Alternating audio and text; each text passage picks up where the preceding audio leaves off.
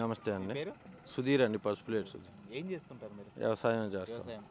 మరి గత 5 ఏళ్లుగా ఏ విధంగా రైతులకు లబ్ధి పొందారనుకోవచ్చు ఈ వైసీపీ ప్రభుత్వం నుంచి?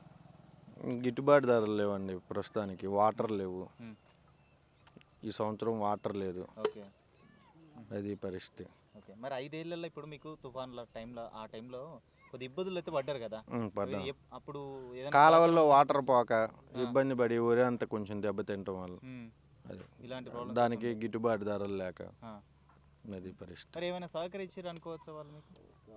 ఇంకా అది పేరులో నమోదు చేశారు, పంట నమోదు అని, దానికి ఇంకా ఇన్సూరెన్స్ పడలేదు. ఏం రాలేదంటారు?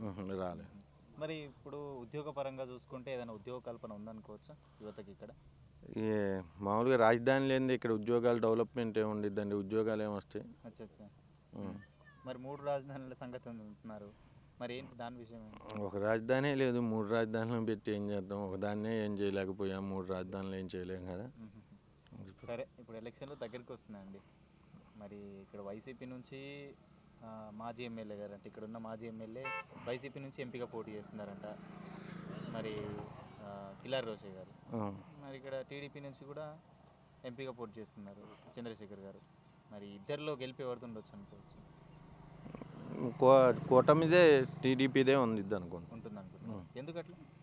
అంటే చంద్రబాబు నాయుడు వస్తే కొంచెం వాటర్ లేకపోతే రాజధాని, పిల్లలకి ఏదైనా ఉద్యోగాలు వస్తాయని, రైతులకు ఉంటుంది. ఖచ్చితంగా గెలిపిస్తారా మరి? కూటమిని గెలిపిస్తారు. అవునా? ఓకే అండి. ఓకే. నమస్తే అన్న, మీ పేరు? నా పేరు రాఘవయ్య. ఏం చేస్తుంటారన్న మీరు? వ్యవసాయం. ఎన్ని ఎకరాలు ఉంది? 8 ఎకరాలు ఉంది. 8 ఎకరాలు అంటే మీదేనా లేకపోతే కౌలుకి ఏమైనా తీసుకుంటారా? కౌలుకు వేసుకుంటాను, నాది సొంతం. 2. మరి ఏ విధంగా ఉండే అన్న మరి గత 5 ఏళ్ల నుంచి మీకు ఈ ప్రభుత్వం నుంచి ఏమైనా అందిందనుకోవచ్చా, లబ్ధి పొందారనుకోవచ్చా, లేకపోతే ఏమైనా ఇబ్బందులు పడ్డారనుకోవచ్చా రైతులు? అరాకొర ఈ పథకాలు అనేది ఏమైనా అరాకొర తప్ప, చేకూర్ని తప్ప, ఈ సంవత్సరం నష్టపరిహారం పంట దెబ్బతింది. ఓకే. మాకేమీ అందలేదు, ₹1 కూడా అందలేదు, ఇన్సూరెన్స్ కానీ ఏమి.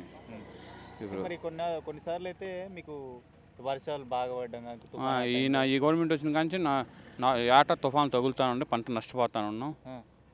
పంట దిగుబడి బాగుంది అనుకునేడు ఏటా తుఫాను వస్తానే ఉంది, మేము నష్టపోతానే ఉన్నాం బావురికి. ఓకే. మరి లోకల్లో చూసుకుంటే మనం ఉదయం లేచినా కానీ పొలాలకు పోవడానికి ఎక్కడికైనా కానీ రోడ్లు అయితే అవసరం ఉంటాయి. రోడ్లు కావచ్చు, మరి నీళ్ళ సమస్య కావచ్చు, మరి ఏమైనా ఉన్నాయనుకోవచ్చు, డ్రైనేజ్ నీళ్ళ సమస్య ఈ సంవత్సరం బాగా పూర్తిగా ఎదుర్కొన్నాం. వరి సీజన్ కాని నుంచి కూడా నీళ్ళ సమస్య ఎదుర్కొన్నాం. అదే ఆ పట్టిసీమ అనేది ఉండటం అయితే, ఆ పంపులు వదులుతాం అయితే ఇంత కరువు ఇంత ఉండేది కాదు.